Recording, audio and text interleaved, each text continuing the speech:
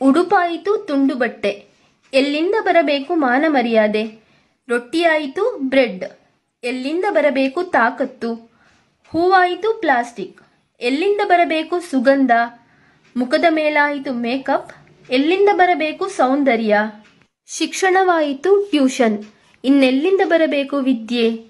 ಭೋಜನವಾಯಿತು hotel, ಎಲ್ಲಿಂದ ಬರಬೇಕು ಆರೋಗ್ಯ. ಮನೋರಂಜನೆಯಾಯಿತು ಟಿವಿ ಮೊಬೈಲ್, ಇನ್ನೆಲ್ಲಿಂದ ಬರಬೇಕು ಸಂಸ್ಕಾರ.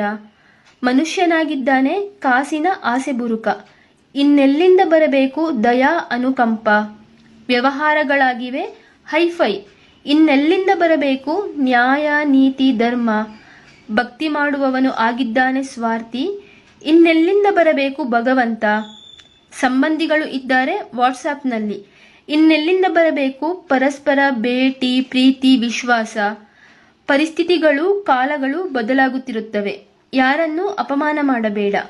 ಹಕ್ಕಿಯು ಇರುವೆಯನ್ನು ತಿನ್ನುತ್ತದೆ, ಆದರೆ ಸತ್ತ ಮೇಲೆ ಹಕ್ಕಿಯನ್ನು ಇರುವೆ ತಿನ್ನುತ್ತದೆ.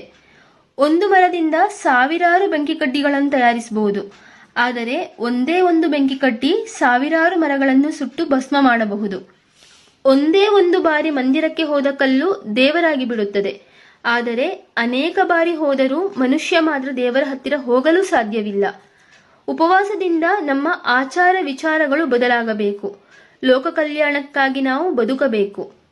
ಸಾವು ಖಚಿತ, ಆದರೆ ಸಾವು ಬಂದಾಗ ಯಾರಿಗೂ ಸಾಯಬೇಕಂತ ಅನಿಸುವುದಿಲ್ಲ.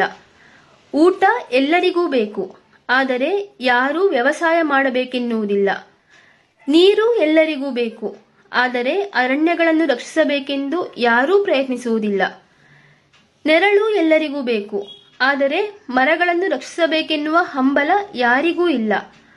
ಆಸ್ತಿಯಲ್ಲಿ ಪಾಲು ಎಲ್ಲರಿಗೂ ಬೇಕು, ಆದರೆ ಆ ಆಸ್ತಿಯನ್ನು ಸಂಭಾಳಿಸಬೇಕೆನ್ನುವ ಛಲ ಮಾತ್ರ ಯಾರಿಗೂ ಇರುವುದಿಲ್ಲ.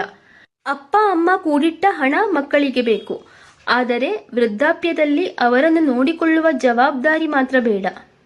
ನಮಗೆ ಕಷ್ಟ ಬಂದಾಗ ಸಹಾಯ ಮಾಡುವವರು ಬೇಕು, ಆದರೆ ಬೇರೆಯವರ ಕಷ್ಟಕ್ಕೆ ಹೆಗಲು ಕೊಡುವ ಒಳ್ಳೆಯ ಮನಸ್ಸು ಮಾತ್ರ ಬೇಡ.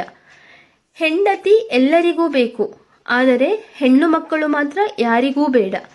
ಈ ಸಂದೇಶವನ್ನು ಓದಿ ಕೇಳಿ ವಾ ವಾ ಅನ್ನುವವರಿರುತ್ತಾರೆಯೇ ಹೊರತು ಓದಿ ಬೇರೆಯವರಿಗೆ ಕಳಿಸಿ ಅರಿವು ಮೂಡಿಸುವ